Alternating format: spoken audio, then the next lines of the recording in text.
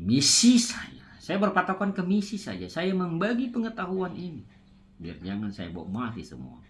Saya membagi pengetahuan ini agar orang-orang di luar sana menjadi lebih pintar.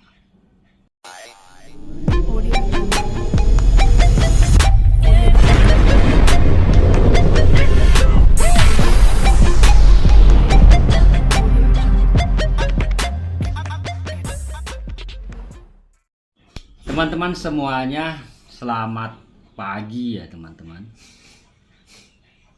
Teman-teman yang berbahagia, saya Bang Lo mengucapkan salam logika, berlimpahlah kebijaksanaan untukmu dan keluargamu kini dan masa yang akan datang. Dan selamat pagi, shalom, assalamualaikum, damai sejahtera, swastiastu dan namo buddhaya, serta salam kebajikan buat semua teman-teman yang ada di seluruh belahan dunia. Teman-teman yang berbahagia,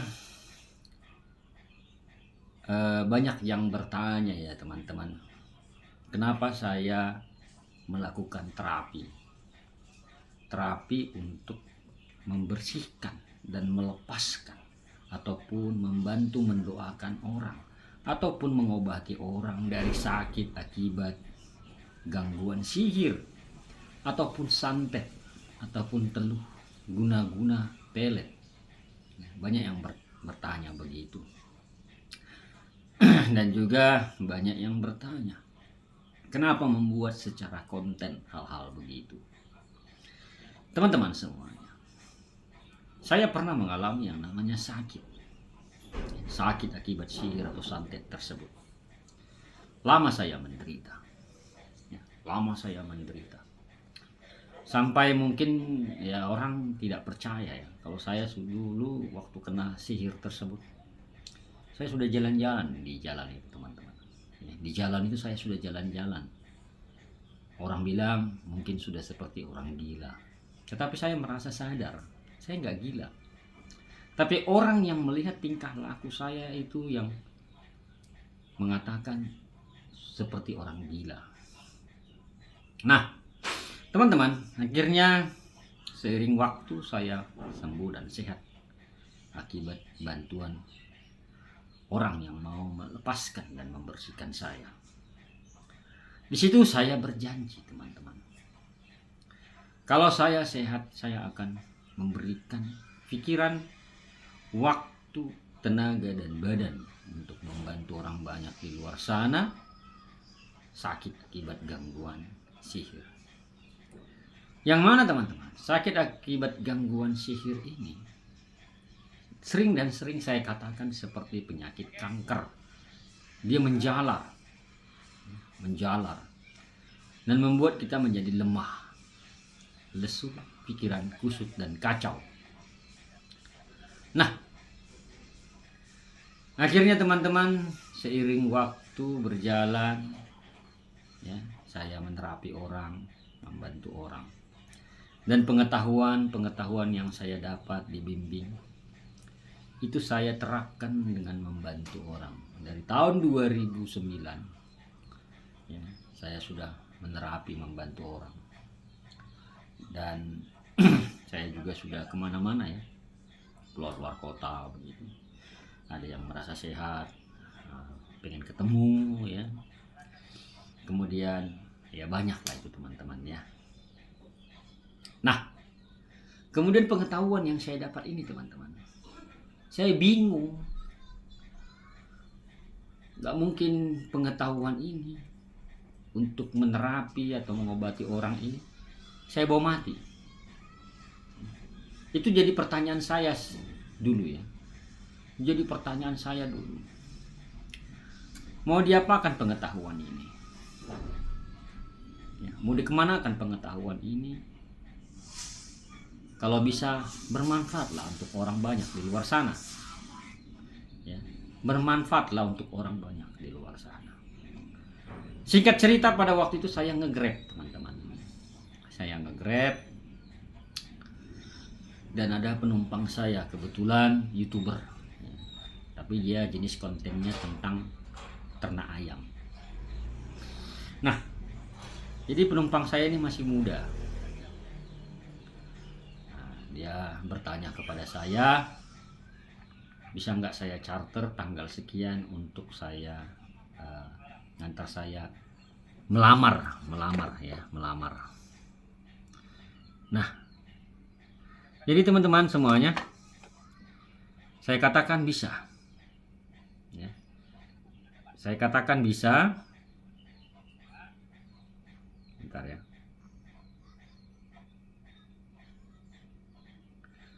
Nah, saya katakan bisa. Akhirnya saya perhatikanlah dia. Dia kebetulan duduk di sebelah saya. Masih muda, masih kecil. Saya bilang, kau mau melamar anak orang. Apakah kau sudah bekerja? Karena aku lihat umur masih kecil. Nah, akhirnya dia jawab, saya tidak bekerja. Saya konten kreator. Apa itu konten kreator? Saya katakan. Akhirnya dia menjelaskan. Jadi karena hobinya adalah memelihara ayam, hobi ya. Akhirnya saya ngambil kesimpulan begini. Bolehkah saya seperti ini? Saya ada pengetahuan yang sulit saya tuangkan dan sulit saya sampaikan gitu loh. Saya ingin mau berkarya.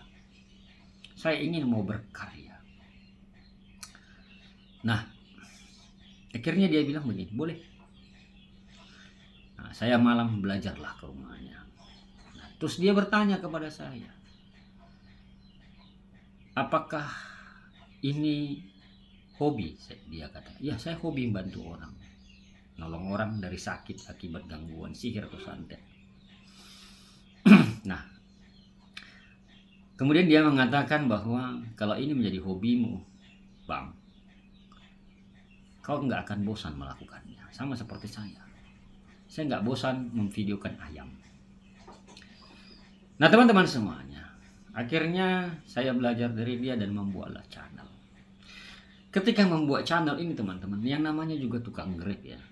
Saya di mobil tuh ngerekam. Kuota terbatas untuk mengupload. Ya. Akhirnya karena uang terbatas ya, keuangan terbatas. Akhirnya saya numpanglah di wifi orang. Jadi kalau saya dengan terpenumpang ke kantor begitu. Ya kantor dulu kan ada wifi ya sampai sekarang. Jadi saya bertanya sama penumpang itu, Bu, Pak, boleh tahu password wifi-nya? Saya mau ngupload video. Saya belum punya duit untuk beli kuota untuk ngupload video. Akhirnya dikasih. Ya, saya upload video yang sudah saya rekam, yang tinggal saya upload. Ya, nah. Kemudian saya ngupload lagi. Nah, saya ketemulah teman. Dia buka rumah makan. Nah, kemudian saya numpang wifi lah. Mau upload, saya minta lah passwordnya.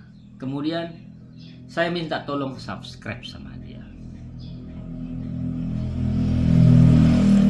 Subscribe dengan dia. Dan dia lihat video saya. Nah, dia bilang, aduh, apalah ini kau konten dukun kayak gini, kerja yang benar lah. Saya bilang, saya bekerja yang benar. Saya mengedukasi orang, saya membimbing orang, saya membagi pengetahuan saya kepada orang. Nah, jadi banyak rintangan teman-teman, ya, banyak rintangan. Apalagi hal-hal begini kan banyak bertentangan dengan orang, ya, banyak bertentangan dengan orang. Ya mungkin apalagi orang-orang yang terlalu agamais ya, terlalu fanatik dengan agama. Ya kalau kita percaya adanya Tuhan berarti adanya setan itu kan begitu. Kalau kita percaya ada setan berarti ada Tuhan itu. Tapi kan pola pikir manusia berbeda-beda. Nah, kemudian saya datang lagi untuk ngupload, saya diusir teman-teman. Saya diusir teman saya itu. Katanya dengan alasan kau kerjalah yang benar, nge-grab saja. Janganlah aneh-aneh kau ngupload video konten dukun begitu. Akhirnya saya diusir teman-teman, nggak boleh numpang wifi. Saya diusir, nggak boleh numpang wifi. Padahal itu teman akrab saya diusir dari situ. Saya pergi dan menangislah dalam mobil. Mobil kan cicilannya tiap bulan datangan.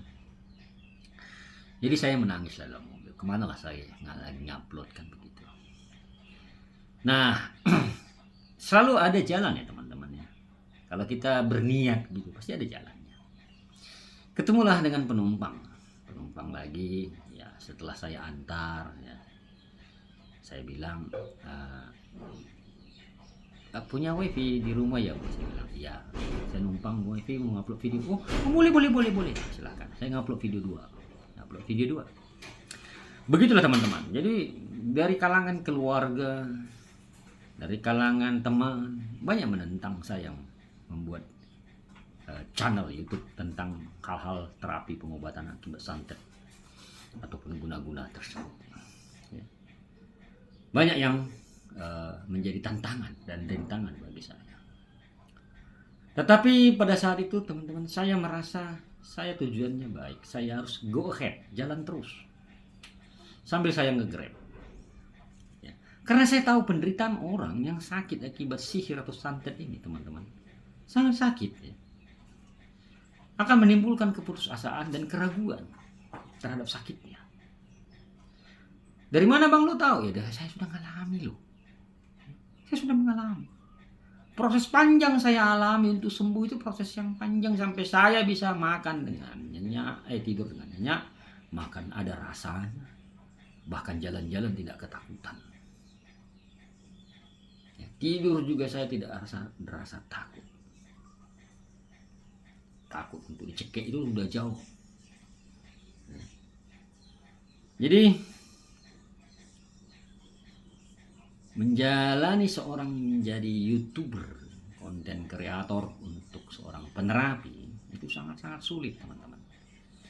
Nggak segampang itu karena banyak yang dihadapi manusia. Ada yang mendukung bagi orang-orang yang sudah pernah terkena sihir atau santet. Ya. Ada yang tidak mendukung, ya mungkin terlalu fanatik dengan agamanya, ya, merasa diri paling benar, ya, dan merasa santet itu tidak ada. Banyak, tapi begitu dia kena, habis tanah yang basah dan yang kering, harta itu habis. Jadi saya membagi pengalaman teman-teman bahwa mengapa saya menjadi konten kreator ini, karena saya merasa sakit akibat sihir atau santet, sangat-sangat sakit sampai kepala saya ini ke tembok. Kalau udah mau maghrib itu ke tembok itu berapa kali saya hantukkan untuk menghilangkan rasa sakitnya. Saya pukulkan kepala saya ke tembok itu mau maghrib sampai sakit.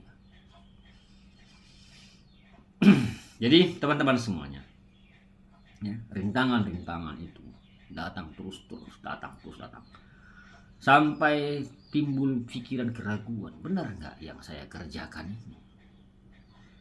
Ya, tetapi tetap berdoa, berpengharapan, ya, berdoa dan berpengharapan.